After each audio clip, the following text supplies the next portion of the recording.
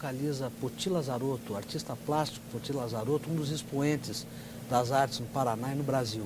Como nosso convidado especial, o também artista plástico Fernando Veloso, atualmente diretor-geral da Secretaria de Estado da Cultura. Poti, como é que aparece, em que momento da tua vida aparece o escultor ou o artista? Por acaso, curiosidade de fazer uma coisa em 3 dimensões, mas não seria exatamente escultura, não. Foi uma coisa que eu dei forma, um pedaço de madeira, um toco de madeira, eu comecei a gravar com canivete e coisa, mas eu não sou realmente um escultor, não. Faço de vez em quando uma experiência, como o homem com a bicicleta lá no Bosch, tem 3 metros de altura, mas eu não consideraria escultura, não. Eu acho efeitos de luz e sombra, conforme o sol se mova, não? E a noite iluminada. Mas não me considero escultor, não. Fernando, à vontade.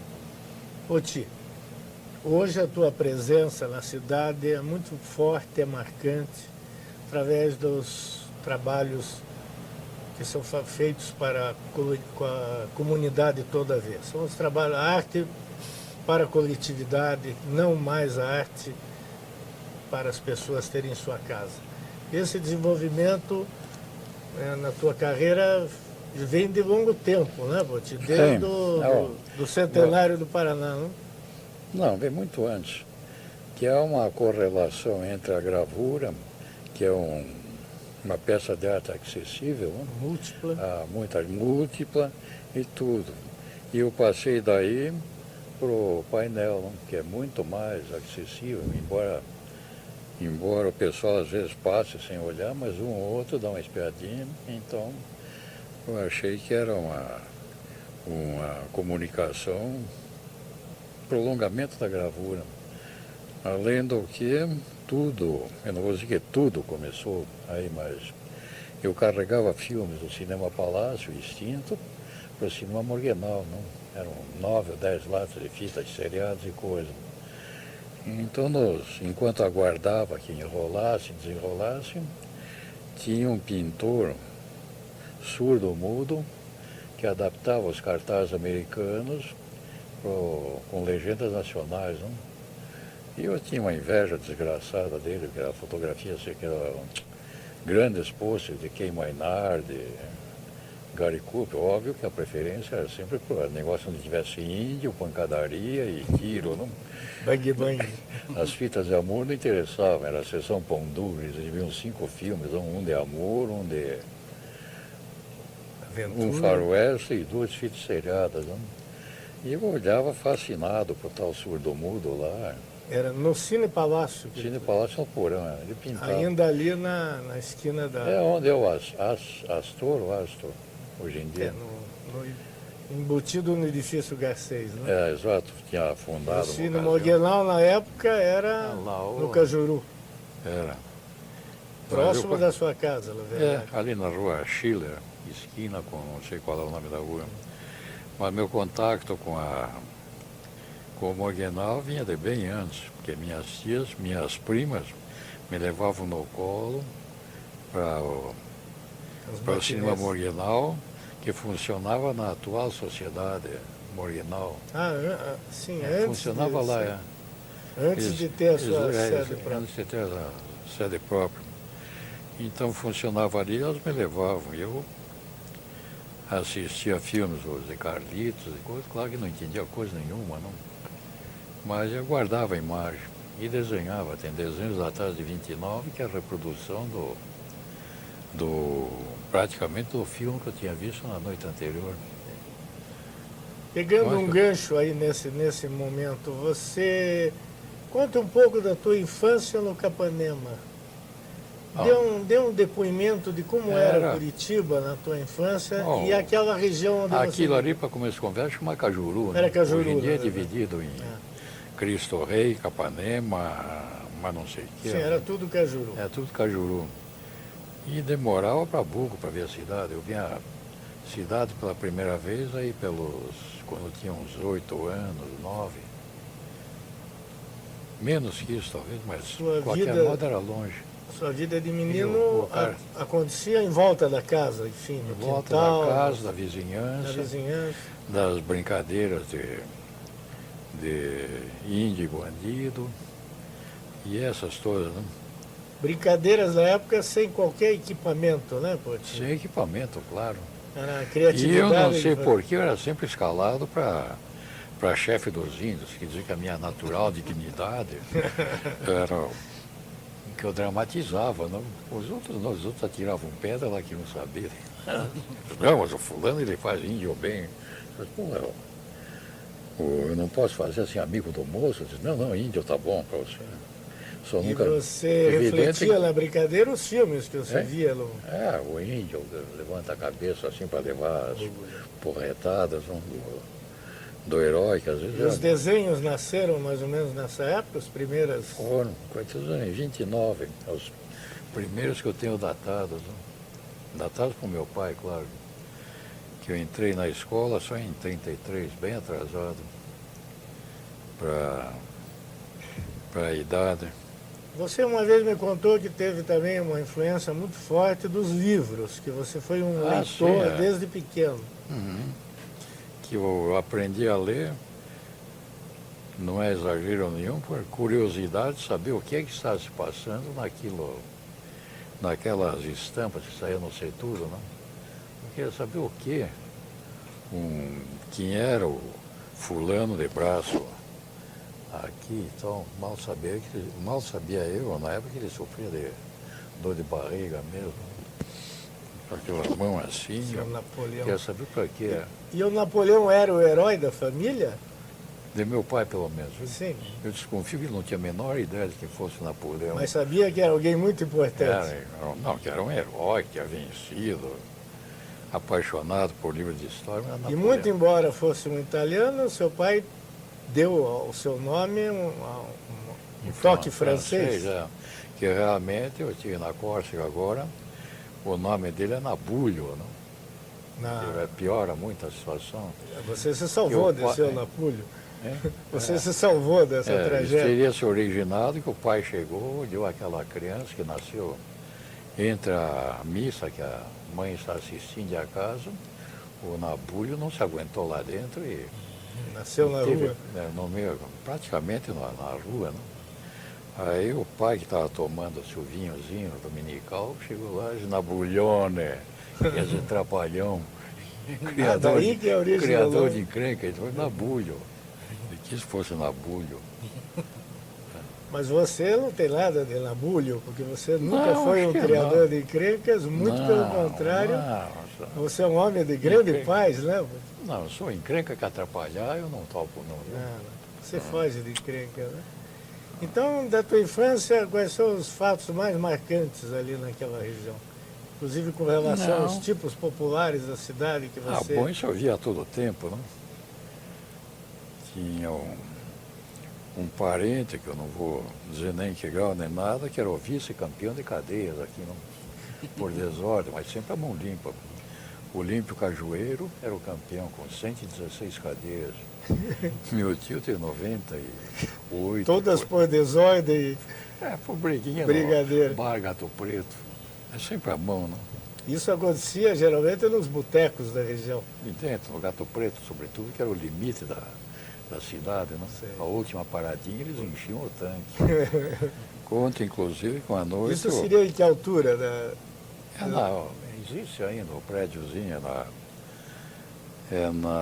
Barão do Rio Branco ou já mais para... Não, 7 de setembro, com o conselheiro Laurindo. Ainda está lá, mas conta, inclusive, que uma noite o carro forte, que era puxado a cavalo, não foi chamado às pressas e encalhou num lamaçal um pouco adiante lá do... Aquilo era lama pura, a atual Afonso Camargo. E tal. E o Tigre e o Cajueiro subindo pacificamente, não já tinham encerrado o expediente, viram o carro forte encalhado.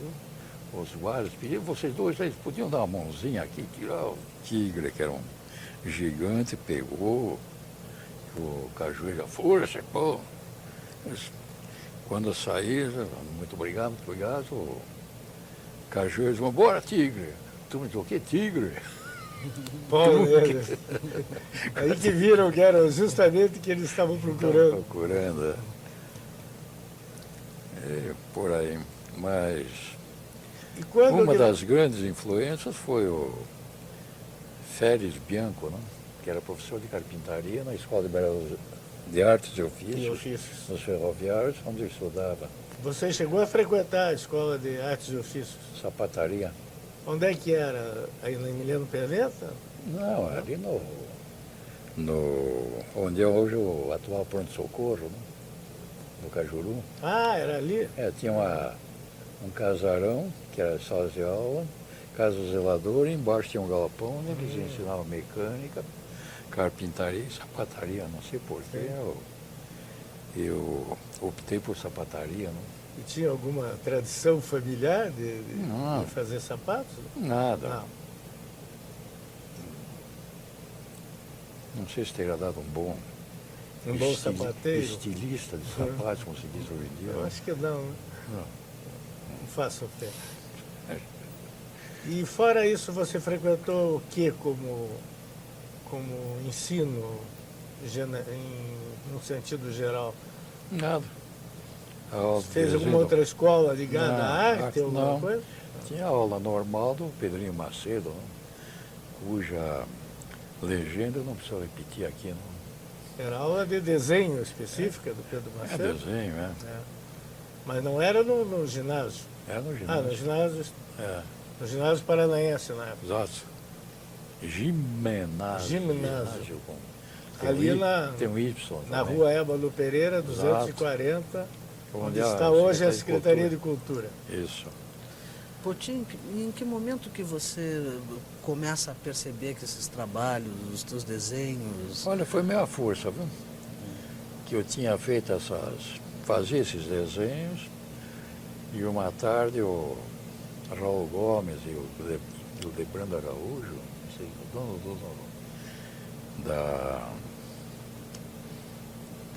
do Diário da Tarde, queriam expandir a rede de distribuição deles. Né?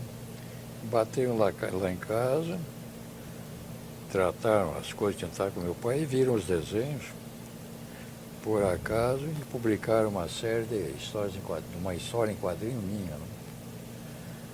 Isso eu tinha 13 anos de idade.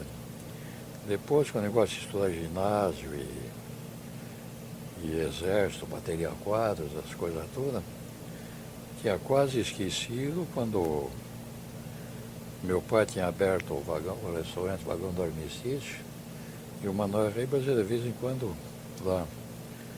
E a certa altura vem a ordem de eu embarcar para o Rio e estudar Belas Artes. E eu fui, fiz os exames e tal, passei e entrei. Aí depois, conversa vai, conversa vem, eu fui arranjando empreguinho em jornal e isso, aquilo, ganhei uma bolsa para a França. Quando voltei, vieram mais ofertas, né? Ilustrar suplementos literários, essa história toda. E a sessão policial do jornal, né? Naquele tempo não tinha televisão, aqui agora, pá, você se atirando de prédio, ou levando uma facada, tiro. Então, Era desenhado tudo. Era desenhado, o cabra chegava afobado na última, mas, pô, Tito, hoje está ótimo, rapaz. Um cabra pegou sono lá em cima de um trilho de bunda, tinha a cabeça esmagada. O que mais? Aí você desenhava. Bom, o sujeito destripou a mulher grávida. Era um negócio. Você ainda tem algum desenho dessa Tenho, época? claro. Tem uma porção deles. Isso Por em qual exemplo, jornal? por exemplo, um que era notável pela legenda, era Anáguas em Funeral. Era um desses, não sei como é que vou chamar, que hoje em dia é fogo, né? Mas enfim, o camarada que leva a bacia, traz a bacia com água limpa, com uma jarra de água limpa para as senhoras que Os bordéis. prestam serviço público, vai comprar cigarrinha e coisa. E Servente de bordel. um dia ele foi atropelado, coisa parecida, e as moças estenderam varais atravessando a rua, né? Todos com calcinhas pretas, de camisola Luto. preta, anáguas em funeral, não parece samba lá do Boleirão. Sil, boleirão. Essa era a legenda, né? É? Não, Legenda é do verdade desenho. mesmo. É, a legenda é anáguas em funeral. Eu fiz Que jornal era esse, Poti? era o jornal. O jornal do Rio de Janeiro. Eu tenho ainda muitas dessas coisas. E em lá. Curitiba você chegou a colaborar com algum jornal como ilustrador? Não, só mais tarde. Naquele tempo eram os títulos hoje meio vexatórios, não podia, o garoto prodígio, tal. Você praticamente se afastou de Curitiba para estudar e daí em diante 42, não agora, ficou mais. Não, agora eu estou liquidando apartamento, lá já trouxe todo o material que tinha me registrado, livros, essas tudo, a sossegar. Dessa E primeira... a tua ida para a Europa como bolsista Eu fui na primeira leva de bolsista, né? era muito raro na época. Não, era a primeira vez que iam. Brasileiros eram poucos e paranaenses acredito que nenhum, né, Poti? Nessa época. Não, acho que o Wilson Martins foi uns bolsista 6 também? meses mais tarde, não sei se com bolsa ou não, mas ele foi uns 6 meses mais tarde do que eu. E quem mais podia Mas de ter? artes plásticas não, né? Hein? Artes plásticas não. Não. Confesso que eu... Fora os acadêmicos no começo Não, do os acadêmicos naquele século. tempo tinha 2 prêmios de viagem, não? Quem tivesse ido à Europa não podia mais concorrer a salão, prêmio de viagem 2 anos. Enfim, eu resolvi arriscar. Sempre arrisquei em alguma coisa. Depois te conto um segundo episódio. Eu resolvi arriscar. Eu passo um ano lá, como estudante e coisa, mas vou numa idade, eu estou em plena coisa, não vou esperar os 40 anos para chegar lá, se chegar, não?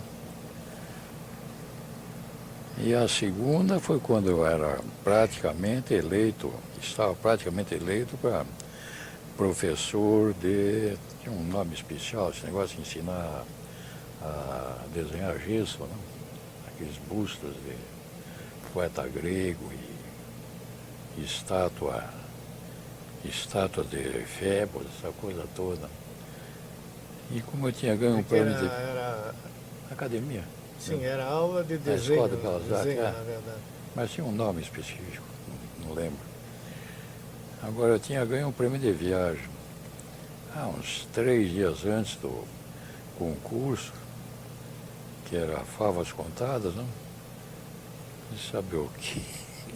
Não tenho jeito nenhum para frequentar congregações, discutir, garantir a minha aposentadoria, dar discurso, ensinar a fazer 500 vezes por ano a mesma cara, tal.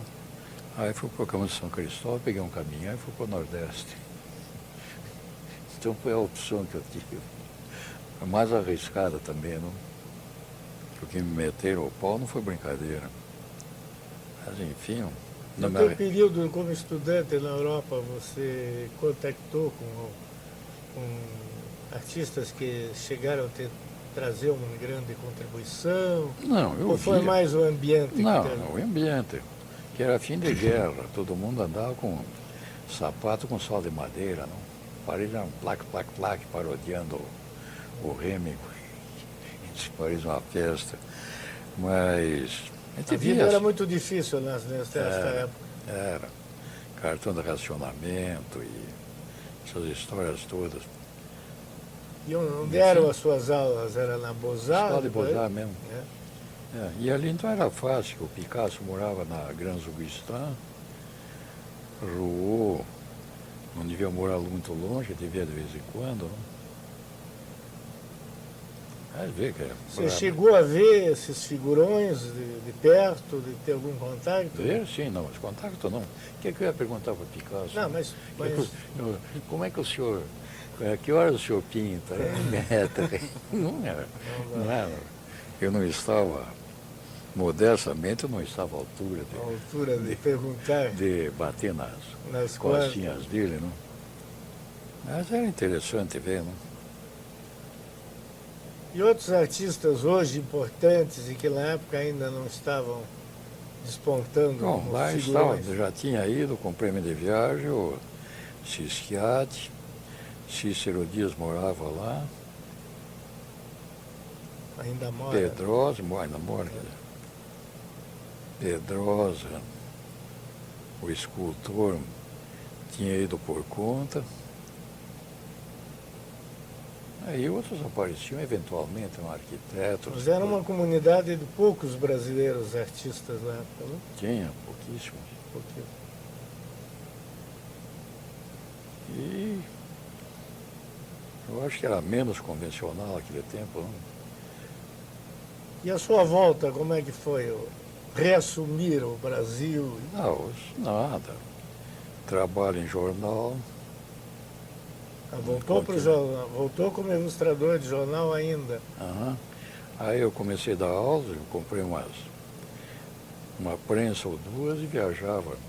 E a gravura nasceu quando e como na tua carreira? Por influência Como linguagem? do pai desse Fichinski aí, que é secretário, criou. Pai do Lubomir Fichinski. Como é que ele chamava? Que foi aluno de Alfredo Anderson, das últimas turmas. Mas ele falou que eu tinha jeito mesmo, era para gravador, e falou em Rembrandt. Agora, aquele tempo era dificílimo você conseguir reprodução do que quer que fosse, né? Conhecia no máximo um corrédio de anúncio de charuto da Bahia, e nem sabia que era corrégio aquilo. Mona Lisa que E equipamento, me apaixonou. Equipamento não existia para gravura nenhum, não? Não, nada. Litografia muito menos. Tinha lá na Bahia, jogada nos porões, as pedras dele, né? Mas o que é que eu ia dizer? Sobre o início do teu trabalho em gravura. Foi no Rio. Cheguei lá e eu frequentava durante o dia a pintura para justificar a bolsa, né, que me deram. E de noite gravura. Óbvio que eu tratava muito mais de gravura. E a gravura entusiasmava mais a você que a pintura? A mim, claro, que o preto e branco é um negócio difícil. Agora, hoje em dia, continua entusiasmando, mas eu tenho que dar uma revisão, que tem gravuras que eu fiz há 2 ou 3 anos e nunca imprimi, né? Então, vou pegar uma dessas meninas aí, fazer provas de todas elas. A gravura, fazer gravura tinha algum toque ideológico? Tinha isso que eu te disse, Sim. Divulgação. Divulgação maior da obra de arte. Maior de arte, agora. Mais barato para mais gente. Me namoravam o tempo todo, como eu desenhava só operários e vagabundos, me namoravam o tempo todo para entrar em um certo partido. Não, um artista nosso, você está servindo que é um camarada. Mas, se não, desculpa, mas eu não me submeto a nenhuma disciplina, viu?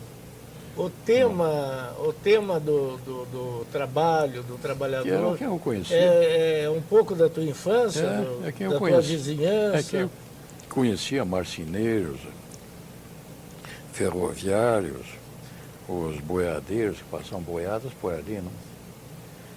O tema ferroviário é muito comum na tua obra, principalmente totalmente comum, Que era o teu quintal, na verdade.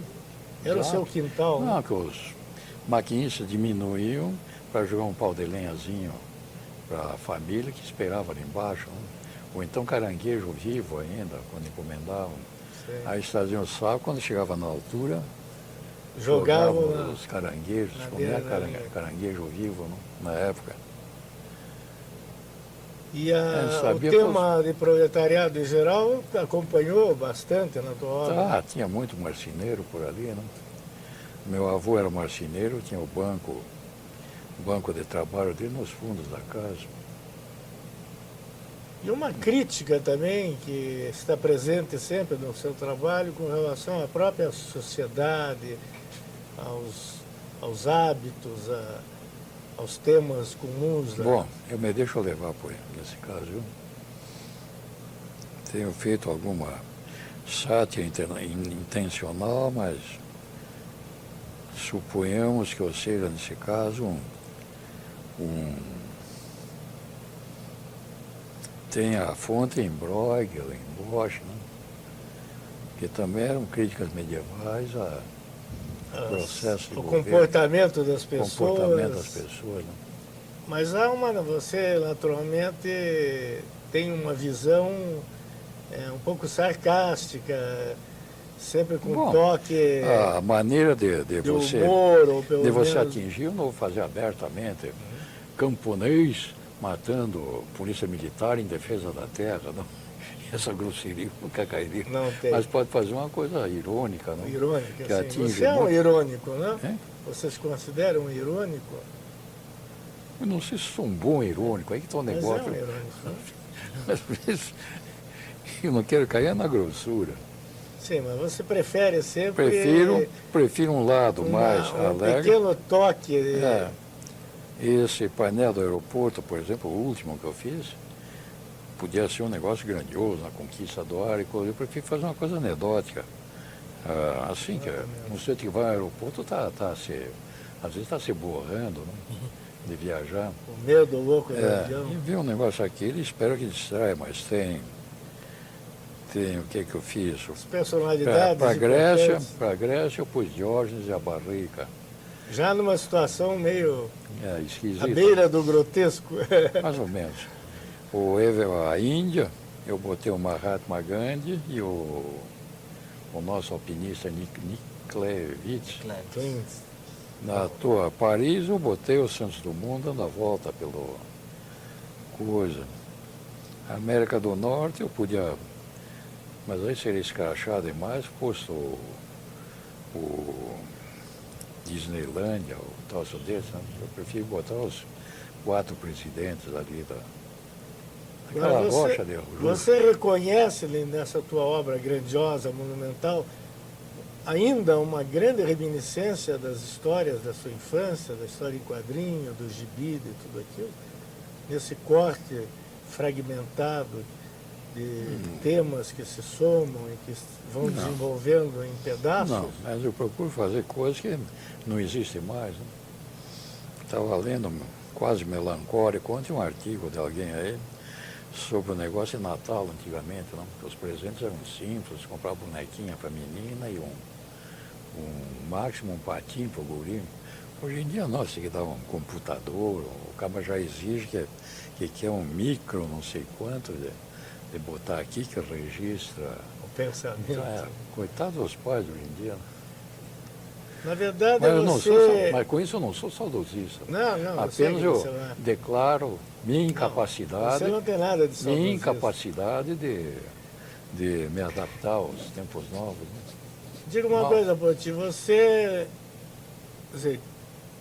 trabalhou em pequenos formatos e acabou sendo artista consagrado pelos grandes formatos. As obras monumentais que enfeitam as cidades e que o povo todo pode olhar. Você tem ideia de quantas obras grandes dessa você já fez na vida? Por aí fora do Brasil? Nada. Não. Nem aproximadamente. Tem registro de todas elas? Não, Célia, minha mulher falecida, fazia, não? Mas depois, quer dizer, há 11 anos que eu não faço. Não fotografa, nem, Não. Para quê? nem registra. Para quê, não? E a técnica você modificou desde as primeiras até as últimas inúmeras vezes, né? Passando pelo azulejo, pela madeira, sempre de pelo curiosidade. cimento. Sempre de curiosidade de material novo, né? Mas a técnica que você fez um maior número de obras são as formas de cimento. E azulejo. Azulejo. Qual que você acha que transmite melhor o que você quer fazer, o que você quer dizer? Agora não sei não, viu? Mas teve um que eu fiz agora para a Alemanha, que esse sim é pura gozação, né? É uma empresa, Gemite, aqui em São José dos Pinhais, mas tem na Austrália, tem no Japão, tem tem na América do Norte, tem na Inglaterra, as 11 ou 12 filiais no mundo todo. Né? Aí eu fiz gozação em alemão, por exemplo, eu fiz um dos grandes heróis dele, né? Um sujeito que era o comandante de um castelo e estava assediado já há meses. Né? E cada vez que o camarada chegava lá embaixo, ele estava renda-se fulano e tal, dizia, fazia o gesto, né? Não registra nada, fazia aquele gesto. Obsceno. Bom, lá um dia acertaram um balaço no braço dele, foi embora o braço. Não? Ele foi lá com o ferreiro do castelo, fez um braço. Já com o sinal obsceno. Cadê a renda se ele sacudiu aquele bração de ferro? Levava o braço de ferro já com... Isso então eu botei como herói da Alemanha. Não? Quem é esse personagem? Gustav Berlinger, não é o nome desse, Sei. mas é grande. Né? Esse painel em que material é? Azulejo. Azulejo? Outro em... Bom, esse do memorial eu acho bom também. Agora você está, de um tempo para cá, fazendo coisas coloridas. Na verdade, você procurou sempre fugir da cor, você sempre foi mais do... mas para esse tipo de... Com a intenção que eu tenho, o colorido ajuda. Funciona melhor. E você... Porque preto e branco, em gravura é uma coisa. Agora, não, mas o cimento, de qualquer forma, não tem cor, né? Ele ainda é uma boa... Agora tem, o senhor está atrasado. Você está fazendo com cores? Se tivesse aparecido essa gama de cores que o concreto vem agora, teria sido muito diferente desse monótono, cinzentão, não? Você acha que teria usado cores se tivesse?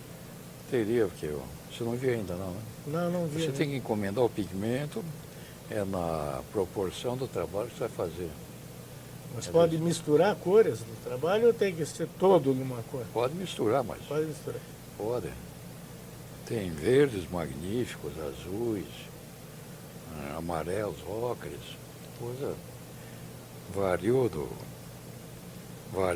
Agora, na obra em cimento armado, em formas, você tem uma participação mais efetiva do que no azulejo pintado, que na verdade é realizado por um artesão, não? Tem, mas a coisa, a faca é toda minha, não? E daí a incerteza que eu fico na véspera, não? Sabendo o que deu. Se vai ser homem ou mulher. Hoje em dia, na hora que você botar o esperma para dentro, você já sabe que vai chamar Zé Maria ou Ana Luísa, perde a graça. E esse concreto, quer dizer, fazer o contrário. Você sua, não sofre feito não sabe o que vai acontecer. Diabo, Mas você fazia o corte das formas pessoalmente? Isso é pessoalmente. Não tem como transferir para um artesão. Não, de jeito nenhum. E é um trabalho pesado, na verdade, não, Poti? Trabalho braçal. Eu vou começar um agora, mas esse eu vou fazer como é mesmo, como vai ser. É o portal do Boticário, 3 metros de altura por não sei quanto de largo, mas eu vou fazer como se fosse a escultura natural. Depois o machado, meu auxiliar em matéria de concreto, ele vai fundir em gesso e aí torna a fundir em concreto. Com concreto. Você faz em positivo, então. A primeira vez eu vou fazer realmente positivo. Quer dizer que aquele juramento teu que não faria mais coisas grandes continua a ser um blefe. Eu sou forçado. Que nem o Pelé deixou 50 vezes de jogar futebol, você já deixou 50 vezes de fazer painéis grandes. Quem sou eu? Mas... A vontade de fazer... Não, em realidade muitos estão prontos. Esses que vão montar metade no segundo semestre do ano que vem para a FIEP, já está pronto, encaixotado há 3 ou 4 meses. Né? Isso é onde que é? Ali na Vila das Torres. Sim, naquele novo conjunto. A nova sede. Né? Em cima daquele... É grande para burro, tem 40 por 2 e não sei quanto. Esse já estava pronto. Esse está pronto. Fundido e tudo. O outro também já estava pronto. Qual era? o da Nestor de Castro. Quer dizer, muita coisa O está pronta. Memorial da Cidade também tem um trabalho teu, né? Está arriscado, tudo direitinho. Apenas o... Esse não está feito Não, ainda. ninguém... Não, está feito o desenho. Não? Sim, mas não está É só- realizado ainda. Não, eles não têm tempo, nem é grande como o diabo, é maior do que esse outro. Eles não têm o que chama o patrocinador, né, Sim. para a montagem. Ah, bom. Então, quando aparecer, E sobra tempo para o desenhista fazer seus pequenos desenhos Sobra. intimistas. sobra. Só que nessa semana só me esvaziaram a gaveta, não? Tem algum sonho que você tenha tido ultimamente? Que... Tem. Tá ficando suspeito isso. Não, é porque O o Fernando, Moti tem conta melhor. o estranho hábito de sonhar É. com os amigos. E cada vez que tem um sonho, que são engraçados, são verdadeiras histórias, ele transforma em desenhos. Mas tem coerência, não tem? Tem. Os desenhos são... Mas são verdadeiros roteiros de filme. Só que, evidentemente, com um tema absurdo do Já sonho. imaginou esse sujeito com um burel de peregrino, bastão pegando aí na antiga Na Estrada Rua de da Ferro, Estação? guiando peregrinos, né, em peregrinação a Lourdes, e me convidando. Não, eu tenho um deles, eu sou o sargento da... Markov, da Legião Estrangeira. Não é da Legião Estrangeira, Ah, mas que pena, ainda rapaz. no modelo Aquele dos... desenho eu ainda vou tentar, viu? Com um papel cabeludo e botar embaixo de um ventilador para ver se dá aquela... Que está magnífico. E esse pernóstico, em vez de dizer jato de areia, não, jet de sabre. Jet de sabre. Nós vamos aproveitar, vamos a um pequeno intervalo e já retornamos.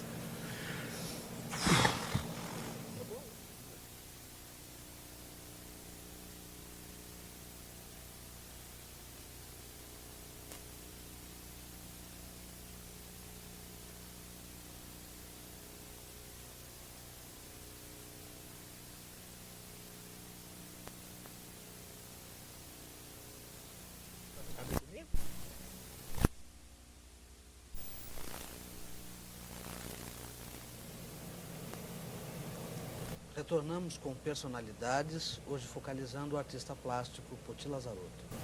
Fernando. Poti, vamos voltar àquele período teu no Rio de Janeiro, que foi bastante marcante, que quase te transformou num carioca, porque você lá viveu durante muitos anos, lá você casou, embora Célia fosse uma mineira, mas uma mineira bastante carioca, né? Que talvez tenha sido responsável por você ter ficado no Rio de Janeiro. Não. Não? Foi. Mas vamos pegar Célia era um conhecimento. justamente sobre o ambiente em que você viveu nesse período e as personalidades que você conheceu através do teu trabalho e através principalmente das ilustrações. Foi bastante ligado aos Olímpio, que depois dessa fase que eu continuava sempre fazendo o jornalismo ilustrado e suplementos de literatura, o Temístico de Linhares conhecia Zé Olímpio aqui de Curitiba, né? Acho que no vagão do meu pai, inclusive, pediu uma capa sobre erva mate. E eu conheci Zé Olímpio e veio em seguida uns...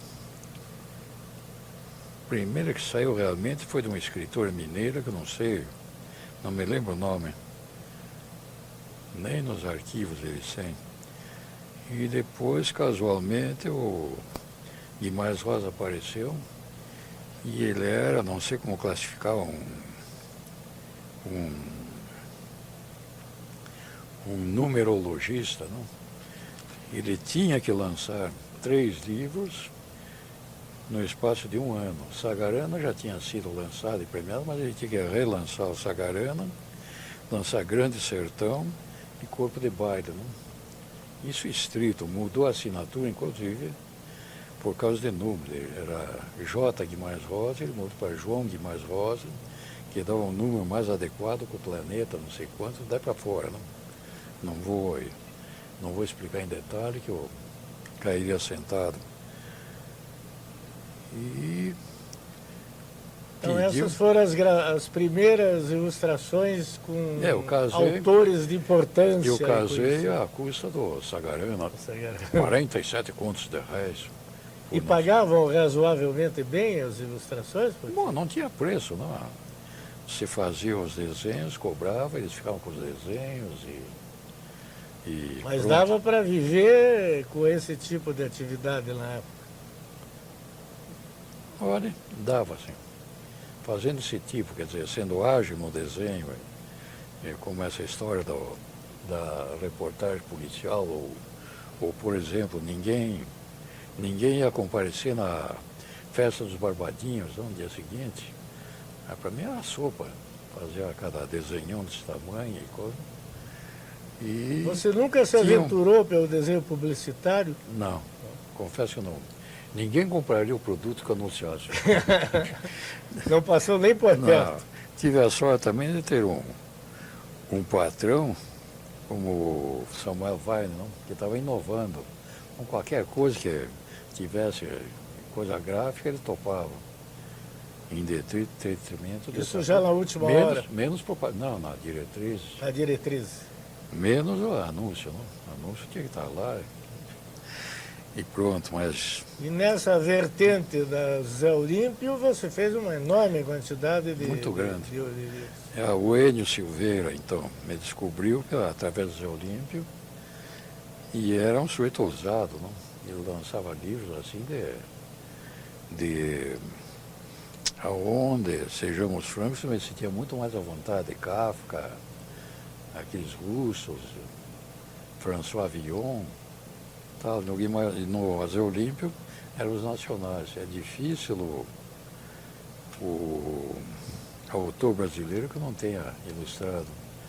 Eles E tinham a naquele superstição. tempo era habitual, além da capa, de ter ilustrações era um internas. sinal de prestígio ter Ilustrações né? internas. E o que eu estava dizendo?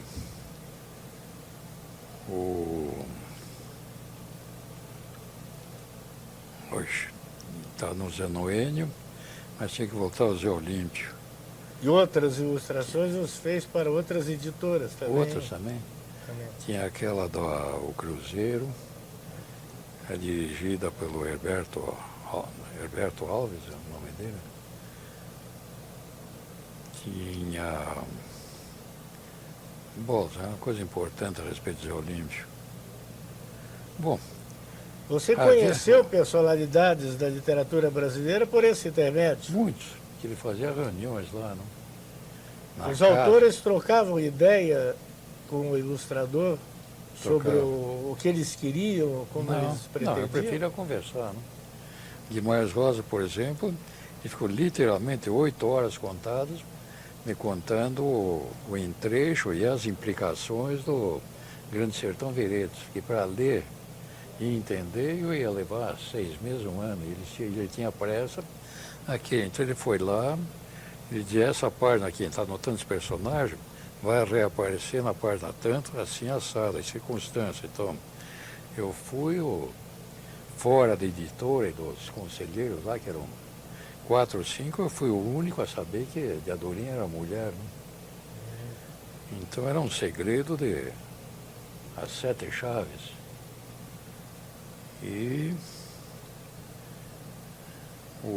Mas voltando agora ao negócio dos círculos. Eu não era mandado fazer, ele dizia a ideia, o sapo pendurado na coisa. Tem que ter agora uma esfinge e um sinal do tempo. Desenhar o problema era meu, não? Sim. Era só uma indicação do que ele O que ele pretendia. queria. E eu tenho a impressão que ele inventava... Todos eram idênticos na maneira de trabalhar ou tinha alguns chatos que ficavam fazendo uma espécie Como? de uma... Alguns autores ficavam autores? reclamando, não é isso, não é bem assim. Não, de jeito nenhum. Todos aceitavam É. o resultado. Tinha uns, claro, que achavam que deviam ler a obra toda, que você absorvia em 2 minutos de 20 leitura. minutos. Aqueles regionalistas, sobretudo, né? Palmério não, Palmério era muito agradável de trabalhar. Que tinha tipos de armas ali que eu nunca vi, não? Nunca vi, a não ser que procurasse colecionadores, mas espingarda cerrada, cerrado, com os canos cerrados, que hoje daria o que? Escopeta. Escopeta. Naquele tempo não era conhecido. Punhal com punhal serrilhado, essas coisas todas. Aí vale a pena Você trabalhar. fez também de autores mais novos e menos conhecidos? Fiz. Eu fiz um de um poeta, era o Canto da Liberdade, não? Era antirrevolucionário em plena 64. E meu pai, na minha frente, deu para o general Mourão, um exemplar. Já Canto da Liberdade. Orgulhoso com o filho. Puta, eu fiquei frio. Disse, agora? O próximo soldado que me enfrentar amanhã vai me levar para a cadeia. Não? Felizmente, eu acho que ele nunca leu aquilo. É. Você passou o período da repressão e da revolução, chamada assim pelos militares, no Rio de Janeiro, não? Uhum. E essas tuas amizades com ilustres comunistas, Sei lá. te criou algum problema Bom, na época? nunca entendi que no dia 29 de março, meu aniversário, eu dei um almoço lá em casa, né? Tinha umas 80 pessoas. Então, no dia 1º de abril, acho que uns 70 estavam em cana, metade dos outros estava Fugida, assim em férias. férias longínquas. Essas coisas. E Mas pegando esse caminho do Poti ilustrador, eu gostaria que você contasse alguma coisa, historiasse alguma coisa sobre a tua presença ainda em Curitiba como o principal ilustrador do jornal Joaquim, que marcou na cidade. Bom, escuta, eu não sou um intelectual, entende? De modo que a inteligência era o Dalton Trevisan, Erasmo Piloto e... nem lembro se o Wilson Martins também era... Enfim, os principais eram o Dalton, Erasmo e eu era o Ilustrador colaborador de plantão. no sentido que eu arranjava material no Rio, né? Ah, sim. Eu ficava com o arquivo de uma fotografia de um fulano, cérebro, sabe? E do lado inverso do clichê, tinha um camarada chamado Capitão aqui, né? Então lá por uma caninha, uma coisa dessa, ele limpava a coisa, passava um verniz, a gente gravava. Então, 90% do Joaquim são gravures originais. Que iam para o prego diretamente. Diretamente. Então, em alguns seria o sinal do prego, nos 4 cantos aí, né? Então seria original. Né? Poucas são. O Viaro também fazia ilustrações. Viaro fazia. Que mais? E eu tinha contato, conseguia capas com Portinari, de Cavalcante, a Faiga, Heitor dos Prazeres, que eu me lembro assim na hora. Mas limitou-se a isso a minha participação na coisa. Eu não tinha nenhuma influência intelectual no movimento. Você já pensou, Poti, em publicar aqueles teus desenhos de juventude? Não. Deixa para outras, né? Porque eu sei que dá muito você você guarda com carinho Não, meu pai os guardou. trabalhos Meu pai desde a sua guardou. infância. Para salva, meu pai guardou. Mas eles estão com você ainda, esses desenhos. Então, tá eu no sei que inferno. você é uma pessoa de mão aberta e que deixou disponível Eu não para... sou mão aberta, é que tá um negócio. Não, é assim. Eu gosto de. Hein? Você Você cedeu para a Fundação Cultural A coleção? todo o teu acervo Não, de e os pintura livros que eu tenho, que vieram agora, e livros que que eu tem... tenho agora, eu guardo em usufruto, que tem negócios preciosos ali. Aqueles 2 Picassos, embora não tenha a assinatura dele, só o carimbo, mas era uma venda em benefício do movimento republicano espanhol, como é que chamava aquilo. São autênticas, né? Eu tenho mais 4 litografias dele, na série Tauromaquia. E... Fora os Portinares, Pansetes, Guinhar, É. que você cedeu para a Fundação Ia Cultural. fazer o quê? Está muito mais seguro, uma questão puramente prática, Fernando Veloso. Está melhor Tá muito mais guardado lá? Tá, papel inclusive. Se você viu o estado que estão meus desenhos acadêmicos, viu? Aliás, não são ruins, não é? Embora eu nunca tenha entendido o que você dizia, mas aqui você traz para ser mais quente, mais quente. Quente? Puxa, quente. E o Tascal... Quente está aqui, ó. Não, nunca soube que era ser quente, mas são lá completamente amarelos. Ao passo que lá não é climatizado, é seguro, tem guardas. Ué, ninguém está livre de um desastre, não? Isso também, se você não confiar. Essa última vez veio um caminhão inteiro com uma livrarada bem importante que eu acho que vai ou para o Guidoviário ou para o Memorial, conforme o assunto. E eu conservo só o de cinema, que vai para a Cinemateca quando abrir. For inaugurado. E turismo. Tem muita coisa de cinema, Botinho? Tem. Você é um maníaco por cinema, não? Gosto. Gosto. Mas não confesso. Assiste ainda com frequência? Dificilmente, que é só efeito especial hoje em dia. É Rock, Starner. Você prefere, na verdade, os velhos faroestes dos anos 40? Não, de vez em quando aparece uma coisa boa. Rock Schwarzenegger, né? Isso eu não vou ver, não, porque é batatada. Não vale a pena. Livro eu compro muito, sobretudo sobre viagens. Né? Para registro desse material, você podia contar para a gente um pouco a história do teu trabalho no Centenário do Paraná? Como é que ele aconteceu? Como é que foi? Não, era quase que uma queda natural, não? Deve ter começado com o...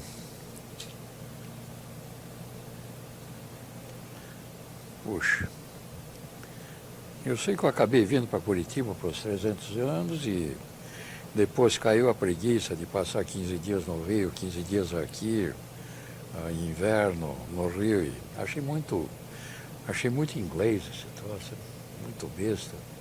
Acabei, botei à venda o apartamento do Rio, trouxe tudo que tinha e vou ficar por aí mesmo.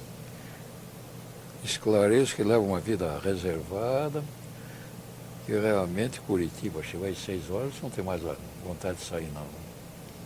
Já está em casa, sentado, uma chuva lá fora. Mas você tem viajado com bastante frequência. Tenho, não, isso eu faço. Essa tua curiosidade pelo mundo é muito grande, né? É, mas já fiz praticamente, quer dizer, vou fazendo o que quero, né? Uma de minhas ideias... Esses roteiros que você faz de viagens agora, eles... Já comecei pro ano que vem. Eles têm uma linha de coerência ou são meio na paixão? Não, tem. Você sabe o que você vai buscar? Uhum. Essa vez, por exemplo, será... Qual será a próxima? Cotswolds. Sabe o que é? Não? É uma região que dá fantasma para burro na Inglaterra. Ah, sim. Vou tratar de me hospedar lá. Né? Para ver se aparece algum... Não, aí eu peço dinheiro de volta. Se não tiver fantasma, você... As cidades que me fascinam. Processa... Edimburgo, Praga, Estrasburgo e outros. Paris é só para ponto de referência. E a tua vivência em Paris, no período em que você esteve lá na Casa do Brasil, quantos anos você ficou lá? 1 ano e 4 meses a primeira vez, da segunda uns 4, 5 meses. Depois a minha mulher foi nomeada diretora da Casa do Brasil. Quase Isso em 1960, mais ou menos? 59. 59, quando nos encontramos por lá. Lá? Né? Você? 59 que eu fui estudar em Paris E e nós não você... tínhamos lá? Nós estivemos juntos lá na Nossa. Casa do Brasil. É cada pessoa que encontrava, né? Poti, dos teus trabalhos, dos grandes painéis e tal, tem algum que você goste mais? Não, não é difícil. Né? Eu me entusiasmo na hora e mando adiante. Esses vitrais aqui, por exemplo, eu gosto muito da PUC. E eu vou insistir na pergunta com você. O monumento do centenário do Paraná, ali, se pudesse contar um pouquinho a história dele, como é que foi? A do Paraná? É. Foi um segundo... Na Praça 19 da É. Cisema.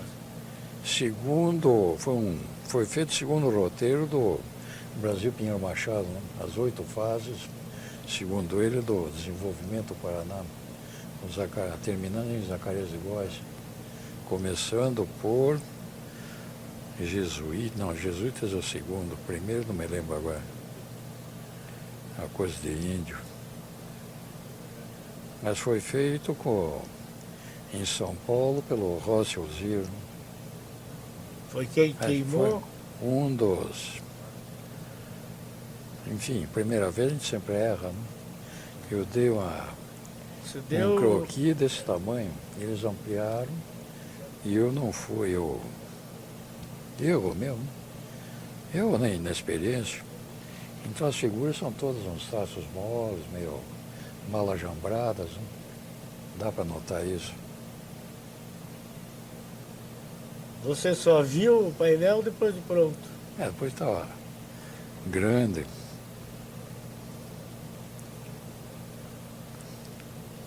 Quem que encomendou esse painel? O Newton Carneiro? Bento. Bento. Não, o Newton, Newton era o secretário de secretário de Educação Agricultura, e Cultura. Agricultura, com certeza, e presidente da comissão De comemorações do centenário. Comemoração de centenário. Sim. Na E eu mesma fiz os época, outros painéis que eram no fundo, aquela parte redonda, e na fachada com uns 20 metros de altura em curva, né? Enfim, aquele tempo tinha físico. Agora chegamos à provecta idade em que me encontro, aí não dá mais para subir em andar ainda não. Eu não aceitaria mais. O tio, na época, trabalhou também o Herbo Stencil O Herbo. e o Coso, que era um artista Beto Coza. de fora, que fez, vamos dizer, uma boa parte dessas obras escultóricas, esses baixos relevos, etc. E você lembra ainda alguma coisa com respeito à mulher nua que foi escondida durante anos? Eu lembro pudor tudo. curitibano? Não. A legenda também é que o camarada, o homem nu, que diziam que era o Tatinho Taborda. Não. Conheciam?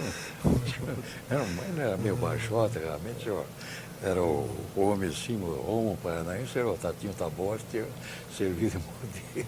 Não é verdade. Mas que o camarada estava com os atributos todos à vista, né? Mas que as senhoras passavam todo dia aí para coisa e achavam aquilo impróprio, olhavam para o outro lado, não? E o escultor, seja quem for que tenha sido, transformou aquilo numa linguiça, numa tripa de linguiça sem recheio. Que, aliás, aconteceu no Lago Zacarias, sabe disso? Não. Com o chafariz. O chafariz era uma piroca direitinha. E o pessoal que acolhia a água aí reclamou, as donas de casa foram ao prefeito e cortaram a cabeça. Sério mesmo? Veja lá como é que é. Vai até um ponto, tem a chapeleta e depois desaparece. É sério, não estou brincando.